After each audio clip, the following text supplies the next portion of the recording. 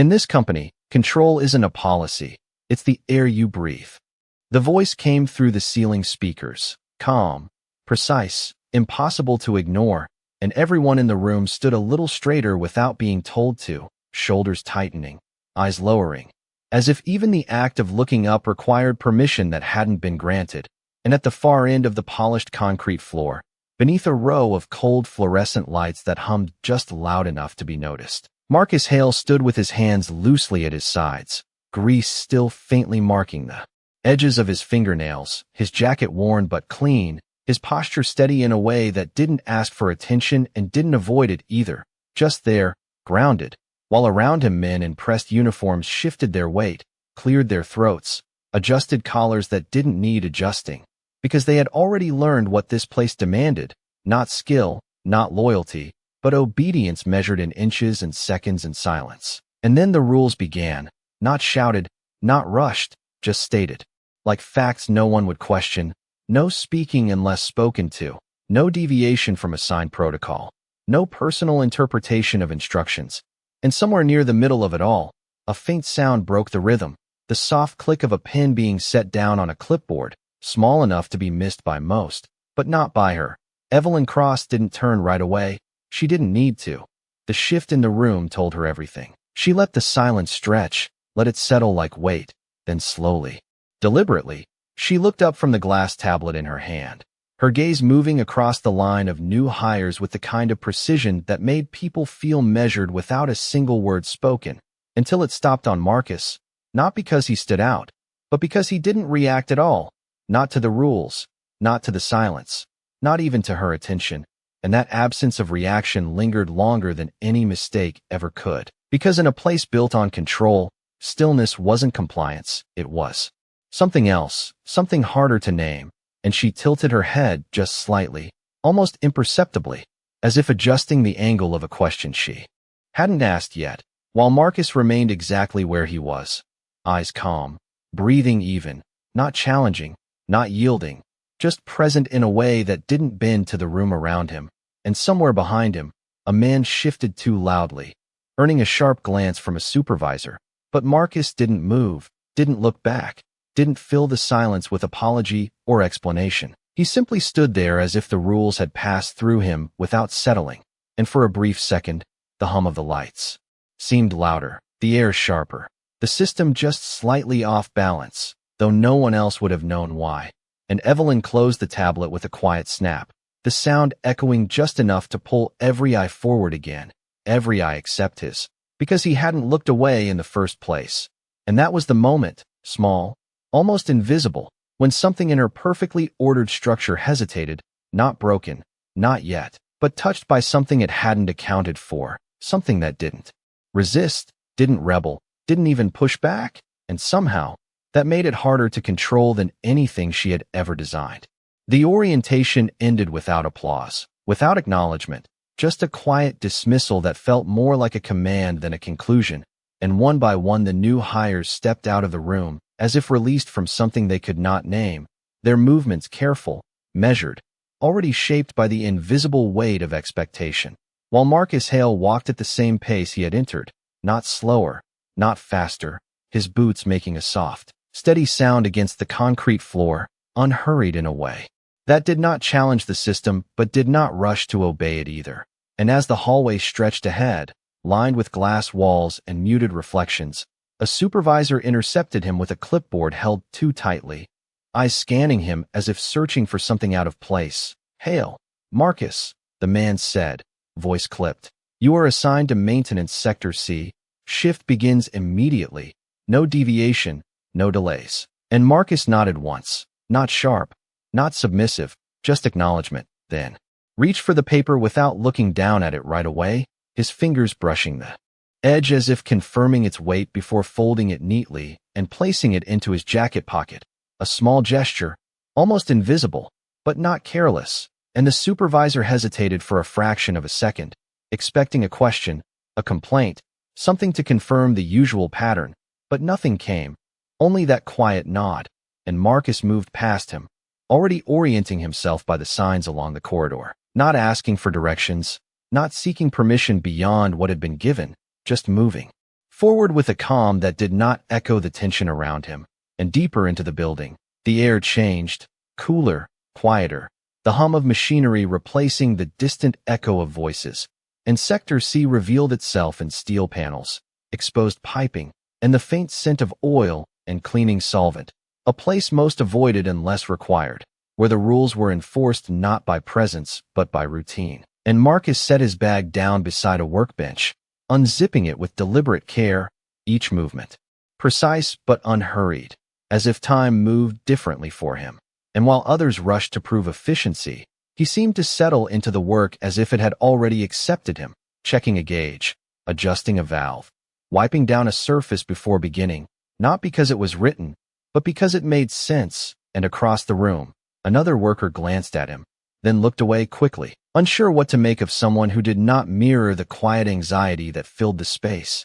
And somewhere above, behind a pane of tinted glass that reflected more than it revealed, Evelyn Cross paused mid-step as she reviewed a live feed on her tablet, her eyes moving with practiced speed until they slowed, just slightly, when they reached Sector C, the image of Marcus standing alone in the frame, sleeves rolled just enough to work, posture relaxed but focused, not performing for the camera, not aware of it, or perhaps not concerned. And she watched as he adjusted a misaligned panel that had been marked for repair but left untouched, not assigned to him, not required, yet done with the same quiet precision as everything else. And there was no urgency in it, no attempt to impress, just completion and evidence. Fingers hovered over the screen as if deciding whether to note it or ignore it, because in a system designed around control, unrequested action was either a flaw or a threat, and yet this did not feel like either. It felt like something quieter, something that did not ask for permission because it did not need to. And for the first time that morning, she did not issue a correction, she did not flag the behavior. She simply watched a few seconds longer than necessary, then lowered the tablet.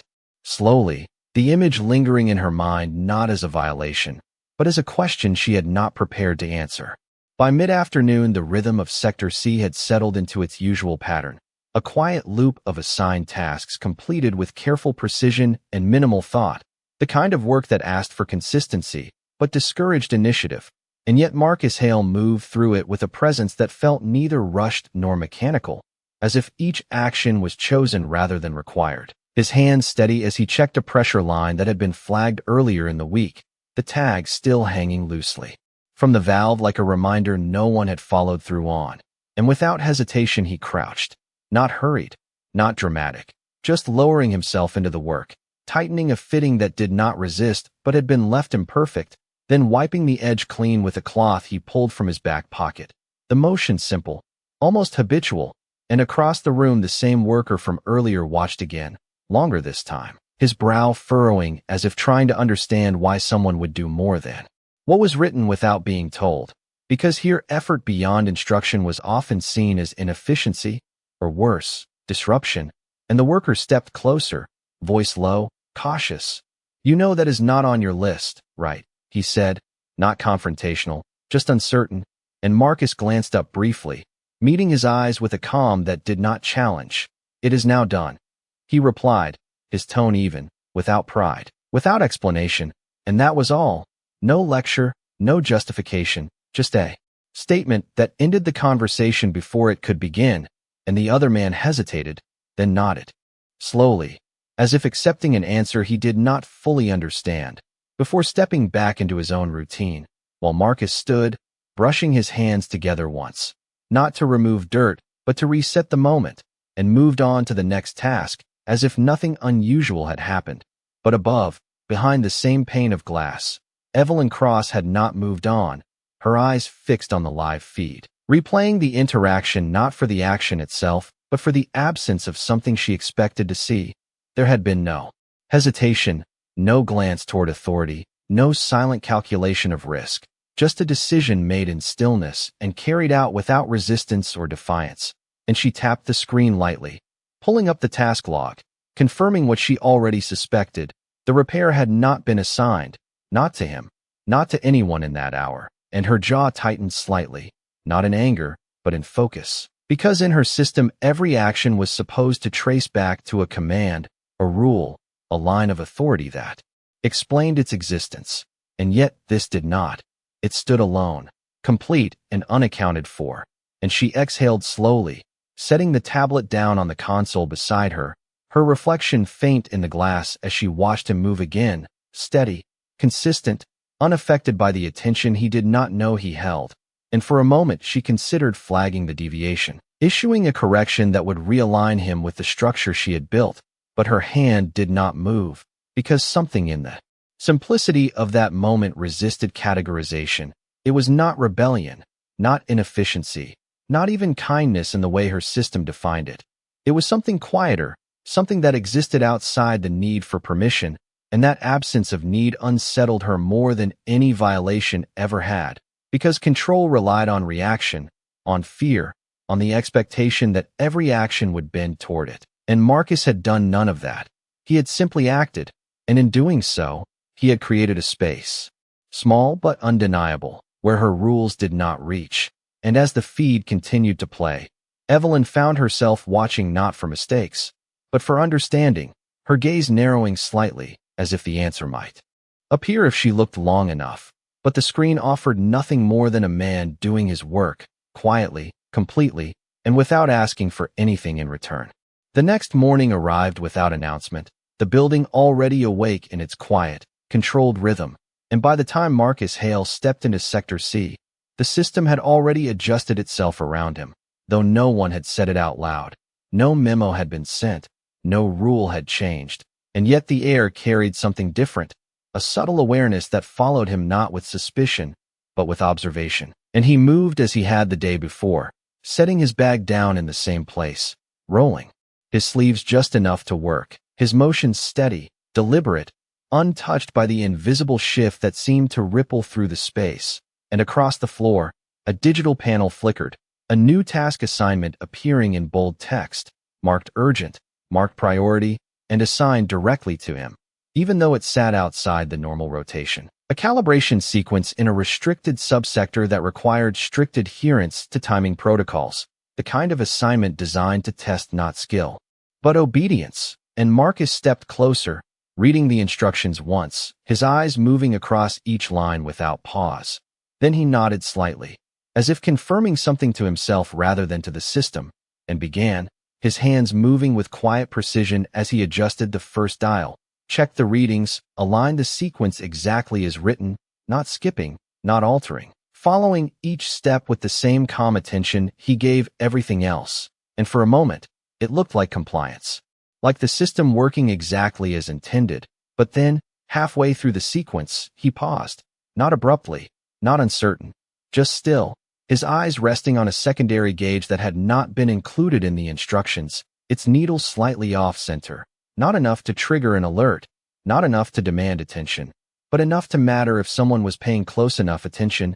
And Marcus reached for it, not hesitating, not looking around for approval, just adjusting it with a small, precise movement that brought it back into alignment.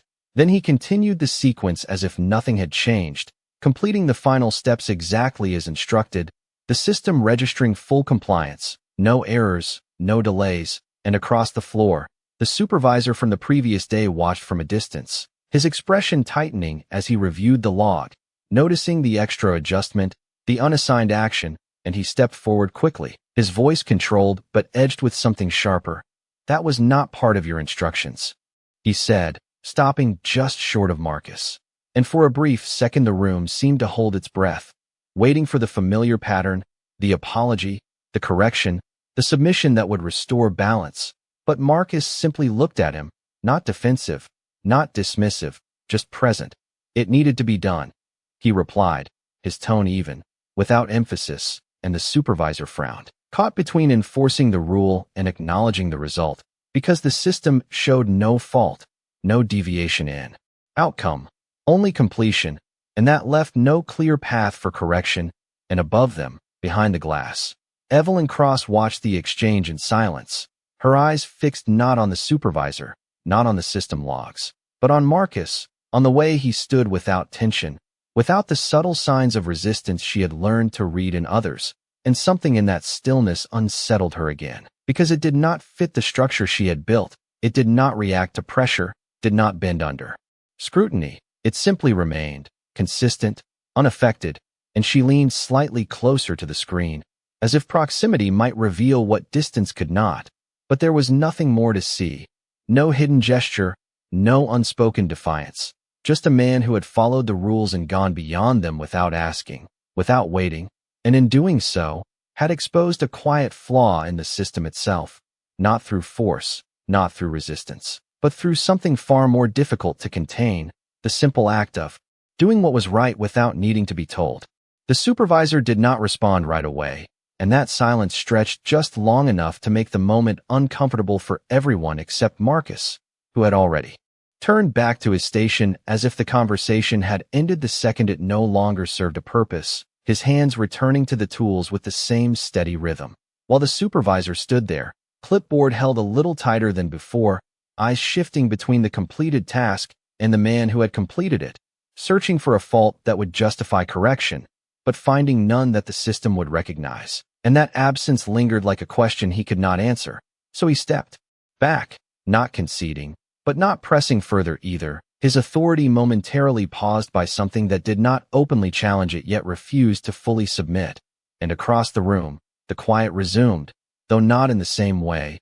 There was a new layer to it now, a subtle awareness that moved between the workers, glances exchanged and quickly withdrawn, as if they were witnessing something they did not yet understand but could not ignore. And Marcus continued without acknowledgement, finishing the sequence, logging the completion, and wiping down the panel with a cloth before stepping away, leaving the space cleaner than he had found it, not because it was required, but because it felt unfinished otherwise. And above, Evelyn Cross remained still, her eyes following each movement with increasing focus, not analyzing efficiency, not measuring output, but observing the absence of resistance, the lack of tension that usually accompanied deviation. And she tapped the screen once, pulling up Marcus Hale's profile, the information sparse, practical, nothing that explained what she was seeing, no record of prior disciplinary issues, no indicators of exceptional performance. Just a man who had shown up, taken the job, and begun to move through her system in a way that did not align with any pattern she had designed. And that misalignment unsettled her more than outright defiance ever could, because defiance could be corrected, contained, redirected. But this quiet consistency, this refusal to be shaped by pressure without ever pushing back against it, existed outside the mechanism she relied on. And she exhaled slowly, her gaze returning to the live feed just as another worker approached Marcus, younger this time, hesitant, holding a small tool in his hand as if unsure whether to ask for help or permission. "I cannot get this to calibrate right," he said quietly, his voice barely carrying across the space. And Marcus looked up, not immediately reaching for the tool, not taking control, just listening, his attention fully present in a way that made the younger man straighten slightly, without realizing it. And then Marcus stepped closer, not stepping in front, not taking over, but standing beside him, guiding his hand with a small adjustment, a slight shift in angle, a patient correction that did not rush the process. And the gauge settled, the reading aligning as it should, and the younger man let out a breath he had been holding, nodding once. "Thank you," he said, and Marcus gave a small nod in return. Nothing more, no instruction, no reminder of rules, just acknowledgement. And as the younger man stepped away, something in the room shifted again. Quieter this time, almost imperceptible, but present, and Evelyn saw it. Not in the numbers, not in the logs, but in the way the space itself seemed to settle differently around him. And she leaned back slightly, her fingers resting against the edge of the console, her mind moving through possibilities, through structures, through rules she had written and enforced. And for the first time, she did not think about how to correct him. She thought about why she could not, and that question stayed with her, steady, unresolved, as Marcus returned to his work, unchanged by the attention he did not seek. And in that quiet, something inside her system, something she had trusted completely, began to feel less certain than it had the day before. The shift did not change, but the way it felt began to. And by late afternoon, the structure that once moved with mechanical certainty now carried small pauses that no one could explain, moments where workers hesitated not because they were unsure of the rules, but because they had started to notice something beyond them, and Marcus Hale remained at the center of that quiet shift without ever stepping into it directly. His movements the same, his pace unchanged, as if the system around him had adjusted while he had not. And in the upper-level office, Evelyn Cross stood near the glass wall, no tablet in her hand this time.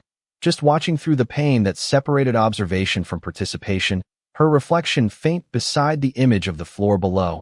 And for the first time since the building had opened under her leadership, she was not looking for inefficiency, not scanning for errors. She was watching for something she could not measure, something that did not appear in reports or performance metrics. And it unsettled her more than any system failure ever had.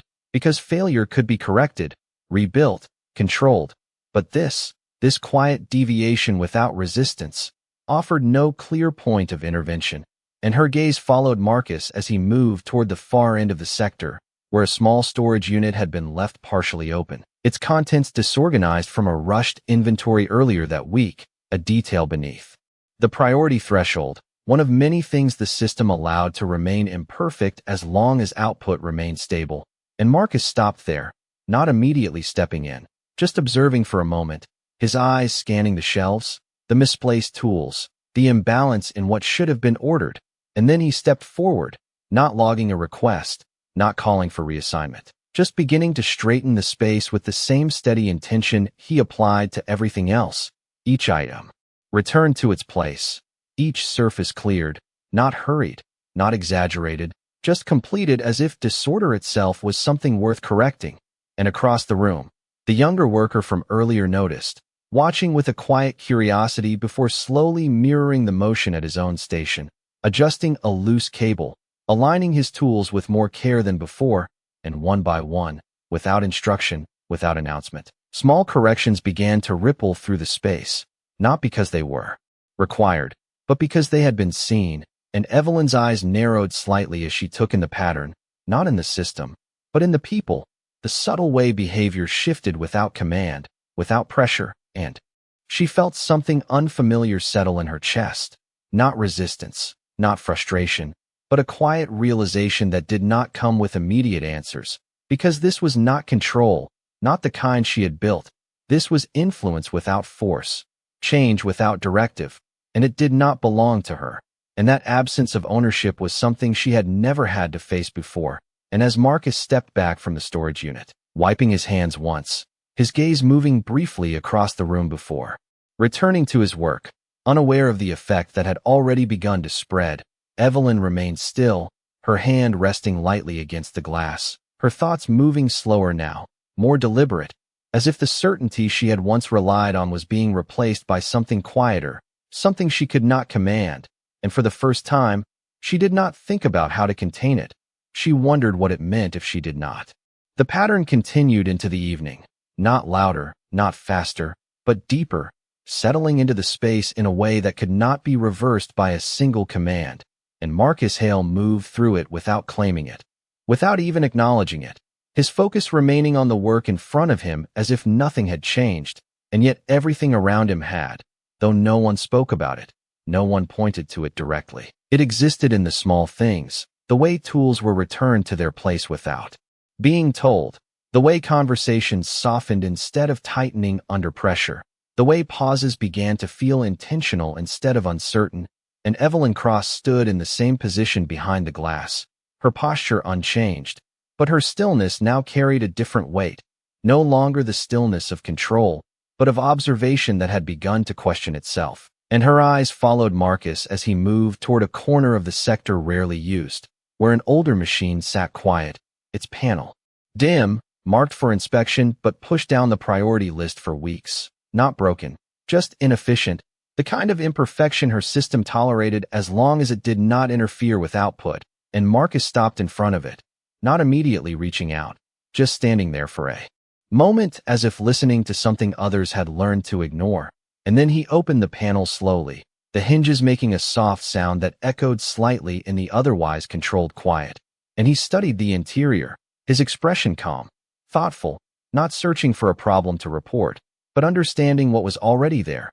And without calling it in, without logging a request, he began to adjust a sequence of connections, small movements, precise, each one deliberate. And across the room, The younger worker noticed again, stepping closer this time, not interrupting, just watching, learning without being instructed, and Marcus did not stop him, did not explain, he simply continued, allowing the presence without acknowledging it as something unusual. And after a few minutes the machine came back to life, not dramatically, not with noise or alarm, just a steady hum that blended into the background like it had always been there. And the younger worker exhaled softly, a quiet moment of recognition passing between them without words. And Marcus closed the panel, securing it with a final turn of the latch, then stepped back, his hands resting briefly at his sides before returning to his routine. And above them Evelyn felt something shift again, not in the system, but within herself, a realization that did not come all at once, but unfolded slowly, like something she had known once and forgotten. Because what she was seeing was not disruption, not inefficiency, it was care, not assigned, not enforced, but chosen, and it moved differently than control. It spread without pressure, influenced without command, and she pressed her fingers lightly against the glass, her reflection faint beside the image below, and for the first time she did not feel the need to intervene, not because she could not, but because she was beginning to understand that intervention might break something she did not yet fully see. And Marcus, unaware of the shift above him, continued as he always had, steady, quiet, unchanged, and in that constancy, something within the structure Evelyn had built began to loosen, not collapse, not fail, but open in a way she had never designed, and she remained there, watching, not as the architect of the system, but as someone beginning to see what existed beyond it. That night did not end the way most nights in the building did, because nothing had formally changed, no announcement had been made, no directive issued, and yet the structure felt different in a way that could not be documented, and Evelyn Cross remained in her office long after the floor had begun to quiet, the steady hum of machines now softer, almost distant, as if the building itself had exhaled, and she stood by the glass again. But this time she did not look down immediately, her reflection holding her attention for a moment longer than usual, her posture still composed, still precise, but her expression no longer carried the same certainty it had that morning. And when she finally shifted her gaze to the floor below, Marcus Hale was still there, finishing the last of his tasks with the same quiet consistency that had defined his entire day, his movements unhurried, not because there was time to spare, but because he did not rush what he considered worth doing right. And he wiped down a surface that had already been marked complete, a small action, unnecessary by system standards, but consistent with everything he had done since he arrived. And nearby, the younger worker mirrored the gesture without being told, a reflection of behavior that had begun to take root, and Evelyn watched that moment closely, not the action itself, but the connection between them. The unspoken transfer of something she had never been able to enforce, and she felt it again, that quiet shift inside her, not sudden, not overwhelming, but undeniable, because for years she had built a system that relied on control to maintain order, believing that precision required pressure, that consistency required oversight, and yet here, in front of her, consistency was emerging without either, shaped not by fear or instruction, but by presence, by example, by something she had never accounted for. And she turned away from the glass slowly, her steps measured as she moved toward her desk, the surface still organized exactly as she had left it, every item in place, every detail controlled, and she reached for her tablet, the familiar interface lighting up beneath her touch, offering the same tools, the same authority she had always used to shape the environment below, and her finger hovered over the control panel, over the section that allowed her to adjust protocols, to reinforce compliance, to correct deviations before they spread, and for a moment, the old instinct surfaced, the need to restore alignment, to close the gap that had begun to form, but her hand did not move, because now she saw the gap differently, not as a flaw, but as something that had allowed something else to exist, something quieter, something that did not break the system, but revealed its limits, and she lowered the tablet slowly, placing it back on the desk without making a change, the screen dimming as if acknowledging a decision that had not been spoken. And in that small act, something shifted, not on the floor, not in the logs, but within the structure she had built for herself, because for the first time, She chose not to control what she did not fully understand, and that choice lingered in the room, quiet, unresolved, but real, while below, Marcus finished his work, gathered his tools, and moved toward the exit with the same steady presence he had carried all day, unaware that the space he was leaving behind was no longer exactly the same as it had been when he entered. Morning returned with the same quiet precision the building had always known, but something within it had shifted in a way that no schedule could reset, and as employees stepped into their stations, there was no announcement, no explanation, only a subtle absence where something once rigid had been, and Marcus Hale arrived as he always did, on time, steady, carrying nothing more than his worn bag, and the same calm presence that asked for nothing and changed more than anyone realized. And as he entered Sector C, he paused for a brief second, not in confusion, but in recognition of something different, something small. The task board at the far wall, once filled with rigid directives and tightly structured sequences, now displayed the same assignments, but without the additional layer of restriction that had once governed every movement. No extra warnings, no repeated emphasis on compliance. Just the work itself, clear, direct, almost simple, and Marcus did not react, not outwardly. He simply nodded once to himself and moved forward, setting his bag down, beginning his work with the same quiet consistency as before, but around him, the change was felt more clearly. Workers moved with less hesitation, their steps not faster, but lighter, their actions still precise, but no longer weighed down by constant correction. And the younger worker from the day before approached Marcus again, this time without uncertainty, holding a tool but not asking for permission, just sharing the space, adjusting his station with the same care he had observed.